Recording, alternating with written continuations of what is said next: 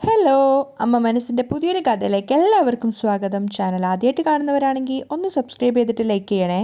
ചന്ദ്രിക ആകെ സങ്കടത്തോടെ മലറിനെയും കെട്ടിപ്പിടിച്ച് കിടക്കുകയാണ്. അവളുടെ മനസ്സ് നിറയെ അയാൾ പറഞ്ഞ വാക്കുകളാണ്. നീ എന്ത് ചെയ്യുമോ ഏത് ചെയ്യുമെന്നൊന്നും എനിക്കറിയണ്ട. 2 ദിവസം ഞാൻ നിനക്ക് സമയം തരാം.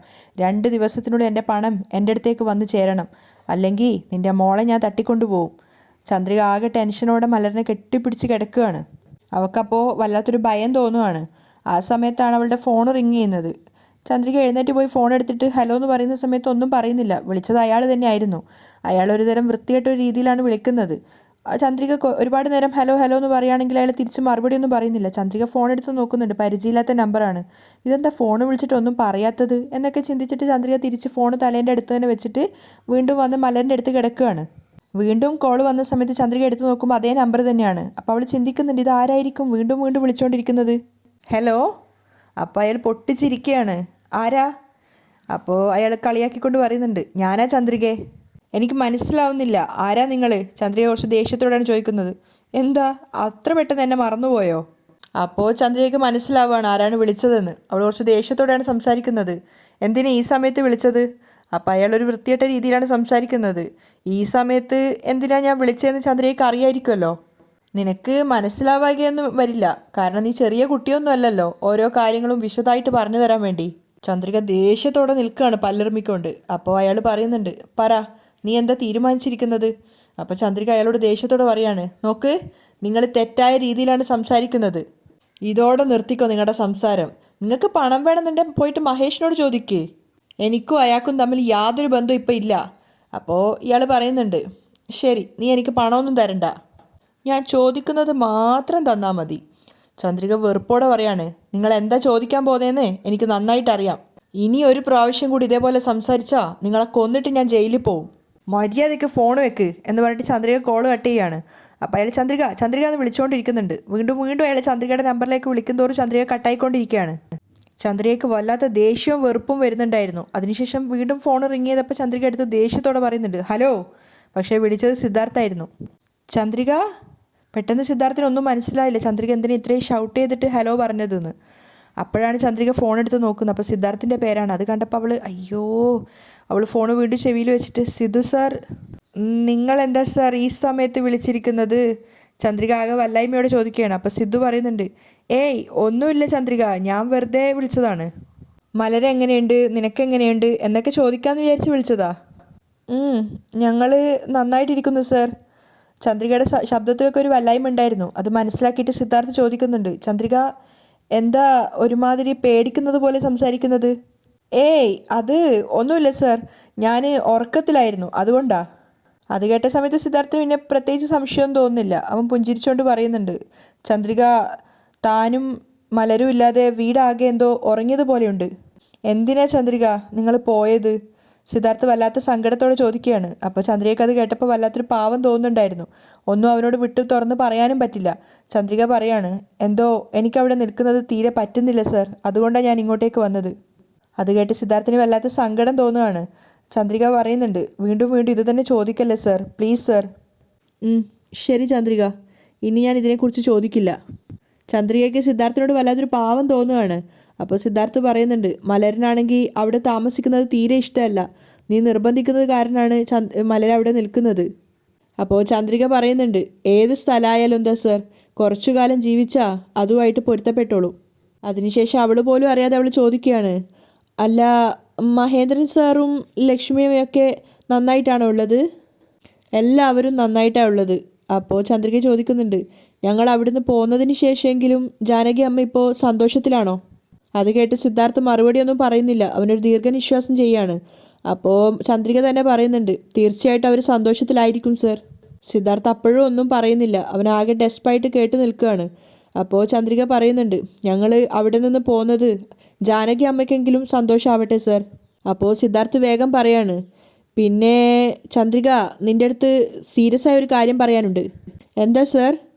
അപ്പോഴാണ് സിദ്ധാർത്ഥ് പറയുന്നത്, അച്ഛൻ മഹേന്ദ്രൻ അങ്കിൾ അറിയാതെ കമ്പനിയിൽ നിന്നും 85 ലക്ഷം രൂപ എടുത്തു. അത് കേട്ട സമയത്ത് ചന്ദ്രിക ഷോക്കാവുകയാണ്. അയ്യോ, എന്താ സാർ പറയുന്നേ? അതെ ചന്ദ്രിക, അത് ഞാനും അങ്കിളുമാണ് കണ്ടുപിടിച്ചത്. അച്ഛൻ എന്തിനാ ഇത്രയധികം പണം എടുത്തതെന്ന് മനസ്സിലാവുന്നില്ല. അങ്കിളും മുത്തശ്ശനും ചോദ്യം ചെയ്തപ്പോൾ അച്ഛൻ ശരിക്കൊരു മറുപടി കൊടുക്കുന്നില്ല. ആ സമയത്ത് അങ്കിളിന് വല്ലാതെ ദേഷ്യം വന്ന് അച്ഛനെ വല്ലാതെ വഴക്ക് പറഞ്ഞു. ചന്ദ്രികയ്ക്ക് കേട്ടതൊന്നും വിശ്വസിക്കാൻ സാധിക്കുന്നുണ്ടായിരുന്നില്ല. അപ്പോൾ സിദ്ധാർത്ഥ് പറയുന്നുണ്ട്, അതുകൊണ്ട് അച്ഛനും തിരിച്ചെന്തൊക്കെയോ അങ്കിളിനെ പറഞ്ഞു.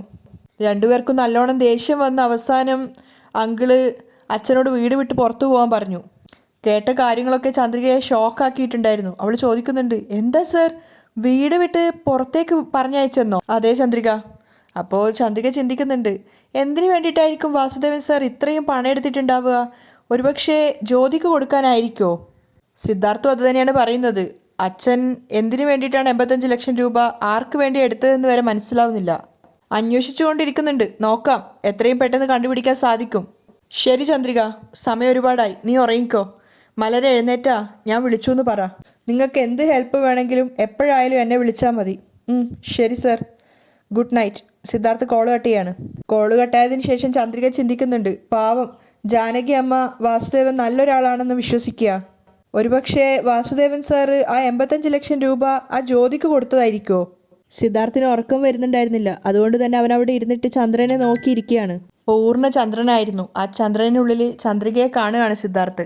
കാരണം അവൻ ആ സമയത്ത് മുഴുവൻ പ്രണയത്തോടെയാണ് ഇരിക്കുന്നത്. അതേപോലെ തന്നെയാണ് ചന്ദ്രികയ്ക്ക് ഉറക്കം വരുന്നുണ്ടായിരുന്നില്ല. അവൾ എഴുന്നേറ്റ് പുറത്തേക്ക് വന്നിട്ട് അവിടെ ഒരു തിണ്ണയിൽ ഇരിക്കുകയാണ്. ആ സമയത്തും അവളും നോക്കുന്നത് ചന്ദ്രനെ തന്നെയാണ്, പൂർണ്ണനായി നിൽക്കുന്ന ചന്ദ്രനെ. രണ്ടുപേരും ശരിക്കും രണ്ടിടത്തായിട്ട് പ്രണയിച്ചുകൊണ്ടേ ഇരിക്കുകയാണ്, പരസ്പരം അറിയിക്കുക പോലും ചെയ്യാതെ. അങ്ങനെ പിറ്റേന്ന് നേരം വെളുത്തപ്പോൾ ലക്ഷ്മി മുത്തശ്ശനും മഹേന്ദ്രനും സിദ്ധാർത്ഥിനൊക്കെയുള്ള ചായ കൊണ്ടുവന്ന് കൊടുക്കുകയാണ്. ചായ എടുത്തപ്പോഴേക്കും പുറത്തുനിന്ന് ദേഷ്യത്തോടെ വാസുദേവൻ്റെ വിളിയുണ്ട്, ഏയ് സിദ്ധാർത്ഥ്. അപ്പോൾ സിദ്ധാർത്ഥ് അച്ഛൻ്റെ ശബ്ദം കേട്ടപ്പോഴേക്കും എഴുന്നേറ്റ് പുറത്തേക്ക് വരികയാണ്. പിന്നാലെ തന്നെ മുത്തശ്ശനും മഹേന്ദ്രനും ഒക്കെ വരുന്നുണ്ടായിരുന്നു. സിദ്ധാർത്ഥ് പുറത്തു വന്ന സമയത്ത് അച്ഛൻ്റെ കൂടെ ആനന്ദിനെയും കാണുകയാണ്. അപ്പോൾ സിദ്ധാർത്ഥ് ചോദിക്കുന്നുണ്ട്, ആനന്ദ് നിങ്ങളെന്താ ഇപ്പോൾ ഇവിടെ? വാസുദേവന്റെ ശബ്ദം കേട്ടിട്ട് ജാനകിയും ആരതിയും ലക്ഷ്മിയും എല്ലാവരും പുറത്തു വന്നിട്ടുണ്ടായിരുന്നു. ആ സമയത്ത് എല്ലാവരും കേൾക്കാൻ വേണ്ടിയിട്ട് വാസുദേവൻ സിദ്ധാർത്ഥിനോട് പറയാണ്, ഞാനാണ് 85 ലക്ഷം രൂപ മോഷ്ടിച്ചതെന്ന് പറഞ്ഞ് ഇല്ലാത്ത കുറ്റം എൻ്റെ തലയിൽ കെട്ടിവെച്ച് എല്ലാവരും ചേർന്ന് എന്നെ വീട്ടിൽ നിന്ന് ഇറക്കി വിട്ടില്ലേ? എല്ലാവരും താൻ പറയുന്നത് വിശ്വസിക്കുന്നത് മനസ്സിലായപ്പോൾ വാസുദേവൻ ഒന്നുകൂടെ ആവേശത്തോടെ പറയുന്നുണ്ട്, ശരിക്കാ പണം എടുത്തത് ആരാന്നറിയോ? എല്ലാവരും വാസുദേവൻ്റെ മുഖത്തേക്ക് തന്നെ നോക്കുകയാണ്, എന്തായിരിക്കും അയാൾ പറയാൻ പോകുന്നതെന്ന് ആലോചിച്ചിട്ട്. അപ്പോൾ വാസുദേവൻ ആനന്ദിനോട് പറയുന്നുണ്ട്, ഡാ സത്യം പറ, സത്യത്തിൽ ആ പണം ആരാ എടുത്തതെന്ന് ഇവരെല്ലാവരും കേൾക്കെ പറ. മഹേന്ദ്രനൊക്കെ ആനന്ദിനെ തന്നെ നോക്കി നിൽക്കുകയാണ്. അപ്പോൾ ആനന്ദ് എല്ലാവരോടായിട്ട് പറയുന്നുണ്ട്, സർ എല്ലാവരും എന്നോട് ക്ഷമിക്കണം, ഞാനാണ് വാസുദേവൻ സാർ അറിയാതെ അദ്ദേഹത്തിൻ്റെ ഒപ്പിട്ടിട്ട് ഓഫീസിലെ അക്കൗണ്ടിൽ നിന്നും ആ 85 ലക്ഷം രൂപ പറ്റിച്ചെടുത്തത്. അത് കേട്ട് എല്ലാവരും ഷോക്കായിട്ട് നിൽക്കുകയാണ്. മഹേന്ദ്രൻ ചോദിക്കുന്നുണ്ട്, നീ എന്തൊക്കെ പറയുന്നത് ആനന്ദ്? നീയാണോ എടുത്തത്? എനിക്ക് വിശ്വസിക്കാൻ തന്നെ കഴിയുന്നില്ല. മഹേന്ദ്രൻ ഇങ്ങനെ പറയുന്ന കേട്ട സമയത്ത് വാസുദേവൻ കുറച്ച് ആളായിട്ട് നിൽക്കുകയാണ്. കാരണം തൻ്റെ ഭാഗത്തുള്ള തെറ്റ് തിരുത്തി എന്നുള്ളൊരു വിശ്വാസം. അപ്പോൾ ആനന്ദ് എല്ലാവരോടായിട്ട് വീണ്ടും പറയാണ്, അതെ സർ, ഞാനാണ് വാസുദേവൻ സാർ അറിയാതെ സാറിൻ്റെ ഒപ്പിട്ട് ആ പണം മോഷ്ടിച്ചത്. ആനന്ദ് അത് പറഞ്ഞു കേട്ടതും ജാനകി ദേഷ്യത്തോടെ തൻ്റെ ഏട്ടനെയും അച്ഛനെയൊക്കെ നോക്കുന്നുണ്ട്. എത്ര പ്രാവശ്യം താ പറഞ്ഞതോ തൻ്റെ ഭർത്താവ് മോഷ്ടിക്കില്ല എന്നുള്ളൊരർത്ഥത്തിൽ. ആ സമയത്ത് ആനന്ദ് പറയാണ്, സർ വാസുദേവൻ സാറിന് ഇതൊന്നും അറിയില്ലായിരുന്നു. വാസുദേവൻ ഒന്ന് ആളായിട്ട് ഷൈൻ ചെയ്ത് നിൽക്കുകയാണ്. അപ്പോൾ മുത്തശ്ശൻ മഹേന്ദ്രനോട് പറയുന്നുണ്ട്, എന്താ മഹേന്ദ്ര ഇത്, നീയല്ലേ ഇടയ്ക്കിടയ്ക്ക് പറയാറ് ആനന്ദ് വളരെയധികം നല്ലവനാണെന്ന്. അങ്ങനെയുള്ള ഒരുത്തനാണോ ഈ ഒരു കാര്യം ചെയ്തത്? അപ്പോൾ മഹേന്ദ്രൻ അച്ഛനോട് പറയുന്നുണ്ട്, അതാ അച്ഛാ എനിക്കും മനസ്സിലാവാത്തത്. അപ്പോൾ വാസുദേവൻ പരിഹസിച്ചുകൊണ്ട് പറയുന്നുണ്ട്, ഓ പണം എടുത്തവൻ തന്നെ അത് ഞാനാ മോഷ്ടിച്ചതെന്ന് പറയുമ്പോൾ അത് നിങ്ങൾക്ക് വിശ്വസിക്കാൻ പറ്റുന്നില്ല. പക്ഷേ ഞാൻ ഈ വീട്ടിലെ മരുമകൻ, എന്നെ കള്ളനെന്ന് പറയുന്നതിൽ ഒരു തെറ്റും തോന്നുന്നില്ല അല്ലേ? ഏയ് അങ്ങനെയൊന്നുമില്ല എന്നൊരു അർത്ഥത്തിൽ മഹേന്ദ്രൻ തലയനക്കുന്നുണ്ട്. അപ്പോൾ എല്ലാവരും വിഷമത്തോടെ നിൽക്കുന്ന സമയത്ത് ജാനകി അച്ഛനോടും ഏട്ടനോടും ചോദിക്കുകയാണ്, എന്താ അച്ഛാ നിങ്ങൾ രണ്ടുപേരും എന്താ വിചാരിച്ചിരുന്നത്? അദ്ദേഹം കഷ്ടപ്പെട്ട് നിങ്ങളുടെ പണം മോഷ്ടിച്ച ആളെ തേടി കണ്ടുപിടിച്ച് നിങ്ങളുടെ കണ്ണുമുന്നിൽ കൊണ്ടുവന്ന് നിർത്തിയില്ലേ? അദ്ദേഹത്തെ പുകഴ്ത്തുന്നതിന് പകരം ആനന്ദ് അങ്ങനെ പണം എടുത്തിട്ടുണ്ടാവില്ല എന്ന് പറഞ്ഞിട്ട് അവനെ പുകഴ്ത്തുകയാണോ?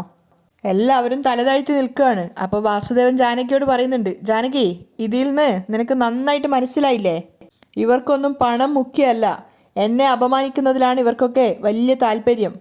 അപ്പോൾ മഹേന്ദ്രൻ പറയുന്നുണ്ട്, ഏയ് അങ്ങനെയൊന്നും ഇല്ല വാസു, നമ്മൾ ഒരു തെളിവും ഇല്ലാതെ ഒരാളുടെ പേരിൽ അങ്ങനെ കുറ്റം പറയാൻ പറ്റില്ലല്ലോ. ഓ അങ്ങനെയാണോ? പണം എടുത്തവൻ തന്നെ വന്നിട്ട് ഞാനാ എടുത്തതെന്ന് പറയുമ്പോൾ നിങ്ങൾക്കത് വിശ്വസിക്കാൻ പറ്റുന്നില്ല?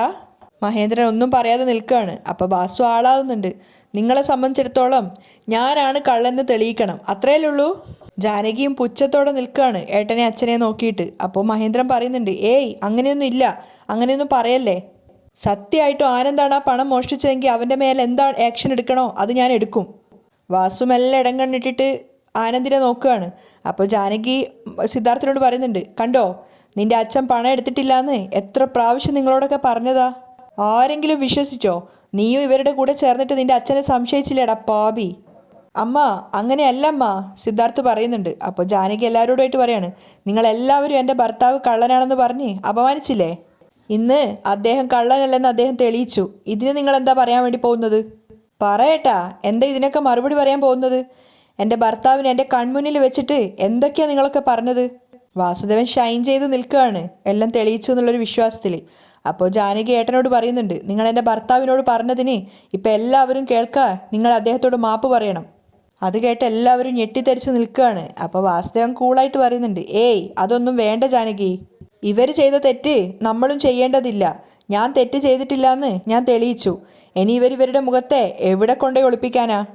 ജാനകി ഭർത്താവ് പറയുന്നത് കേട്ട് മിണ്ടാതിരിക്കുകയാണ്. അപ്പോൾ വാസുദേവൻ പറയുന്നുണ്ട്, ജാനകി ഇനി നമ്മൾ ഈ വീട്ടിൽ നിന്നാ അത് നമ്മക്കാണ് നാണക്കേട്.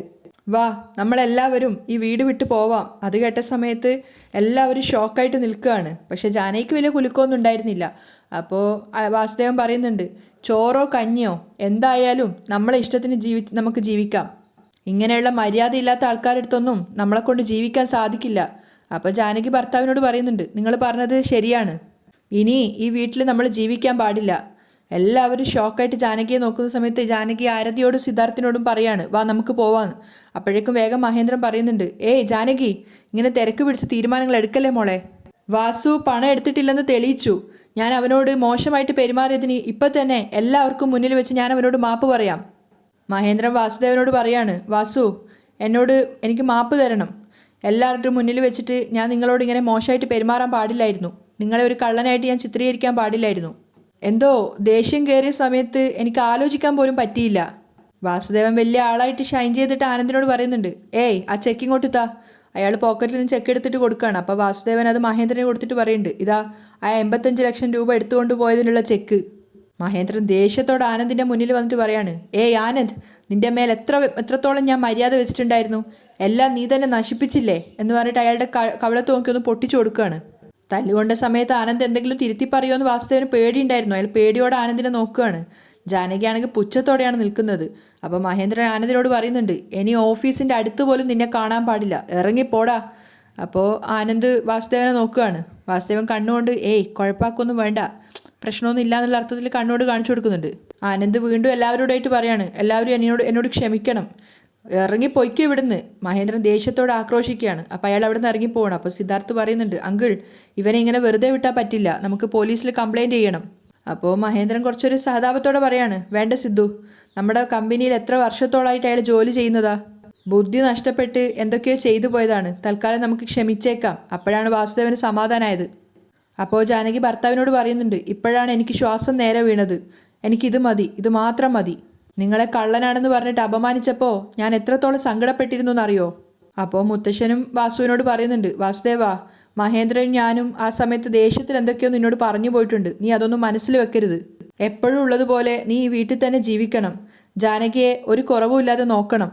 അദ്ദേഹം വാസുദേവനോട് മാപ്പ് പറഞ്ഞിട്ട് അവിടുന്ന് പോവുകയാണ്. അപ്പം ലക്ഷ്മിയും ജാനകിയോട് പറയുന്നുണ്ട്, ജാനകി, വാസുദേവൻ പറഞ്ഞതുപോലെ തന്നെ അദ്ദേഹം പണം മോഷ്ടിച്ചിട്ടില്ലെന്ന് അദ്ദേഹം തെളിയിച്ചു.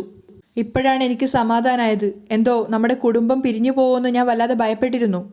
ശരി, വാ നമുക്ക് ഉള്ളിലേക്ക് പോവാം. ജാനകി ഭർത്താവിനോട് പറയുന്ന സമയത്ത് വാസുദേവന് വേഗം അവർക്കൊപ്പം അകത്തേക്ക് പോവുകയാണ്. മഹേന്ദ്രൻ ആ സമയത്ത് വല്ലാത്ത കുറ്റബോധം തോന്നുന്നുണ്ട്. താൻ ചെയ്തത് വലിയൊരു തെറ്റായി പോയിന്ന് തോന്നുകയാണ് അയാൾക്ക്.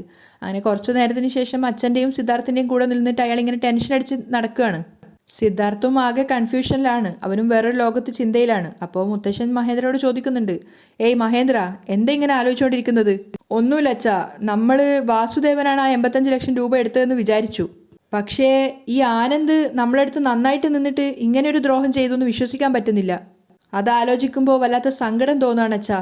പാവം അച്ഛാ, ഒരു തെറ്റും ചെയ്യാത്ത വാസുദേവനെ എന്തൊക്കെയോ പറഞ്ഞുപോയി. അതാലോചിക്കുമ്പോൾ എന്തോ വല്ലാത്തൊരു സങ്കടവും കുറ്റബോധവും തോന്നുകയാണ്. അപ്പം മുത്തശ്ശനും പറയുന്നുണ്ട്, നീ പറഞ്ഞത് ശരിയാണ് മഹേന്ദ്ര, വാസു ആയത് കാരണം ഈ പ്രശ്നത്തെ വലുതായിട്ട് മാറ്റിയില്ല, അവൻ തിരിച്ചിങ്ങോട്ടേക്ക് തന്നെ വന്നു. വാസുദേവൻ്റെ കാര്യത്തിൽ നമ്മൾ കുറച്ചുകൂടി അന്വേഷിച്ചിട്ട് മാത്രമായിരുന്നു ഒരു തീരുമാനം എടുക്കാൻ പാടുള്ളൂ. അതുകൊണ്ടാണല്ലോ ഇത്രയും പ്രശ്നങ്ങൾ വന്നത്. എന്തോ വാസുദേവൻ്റെ നല്ല മനസ്സ് കാരണം പ്രശ്നം കൂടുതലായിട്ട് വഷളായില്ല. ഇല്ലെങ്കിൽ ഈ കുടുംബത്തിൻ്റെ സമാധാനം തന്നെ പോയേനെ. ദൈവം ജാനകിക്ക് നല്ലൊരു ഭർത്താവിനെയാണ് കൊടുത്തത്. അപ്പോഴാണ് മഹേന്ദ്രൻ സിദ്ധാർത്ഥിനെ ശ്രദ്ധിക്കുന്നത്. സിദ്ധാർത്ഥ് എന്തോ ഒരു ആലോചനയിലാണ്. സിദ്ധാർത്ഥ്, എന്താ അങ്കിൾ, നീ എന്താ ആലോചിക്കുന്നത്? ഒന്നുമില്ല അങ്കിൾ, ആനന്ദ് വളരെയധികം സത്യസന്ധനാണ്. അങ്ങനെയുള്ളൊരു വ്യക്തി എന്തുകൊണ്ടായിരിക്കും ഇത്രയും വലിയൊരു കള്ളം ചെയ്തതെന്ന് അതാണ് ഞാൻ ആലോചിക്കുന്നത്. അപ്പം മഹേന്ദ്രൻ പറയുന്നുണ്ട്, പണത്തെ കണ്ടു കഴിഞ്ഞാൽ ആരുടെ എത്ര വലിയ നല്ല സത്യസന്ധനായാളുടെ മനസ്സ് മാറും. അങ്ങനെ ഒരു തെറ്റ് തന്നെയാണ് ആനന്ദ് ചെയ്തിട്ടുള്ളത്. സിദ്ധാർത്ഥ് അപ്പോഴും വല്ലാത്ത സംശയത്തിലാണ്. അപ്പം മഹേന്ദ്രൻ പറയുന്നുണ്ട്, പക്ഷേ ഇത് അവൻ മാത്രം ചെയ്തതാണോ അതോ അവന് പിന്നിൽ ഇനിയും ആൾക്കാരുണ്ടോ എന്നുള്ളത് നമ്മൾ അന്വേഷിക്കണം. അപ്പം മാത്രമേ അവരെയും കൂടി ഈ കമ്പനിയിൽ നിന്ന് നമുക്ക് പുറത്താക്കാൻ സാധിക്കുള്ളൂ. അപ്പോൾ സിദ്ധാർത്ഥ് പറയുന്നുണ്ട്, ശരി അങ്കിൾ, ഞാൻ അന്വേഷിച്ചിട്ട് പറഞ്ഞു തരാം. അവൻ അവിടെ നിന്ന് എഴുന്നേറ്റ് പോവുകയാണ്. അവിടെയാണ് ഇന്നത്തെ എപ്പിസോഡ് വൈൻഡപ്പ് ചെയ്യുന്നത്.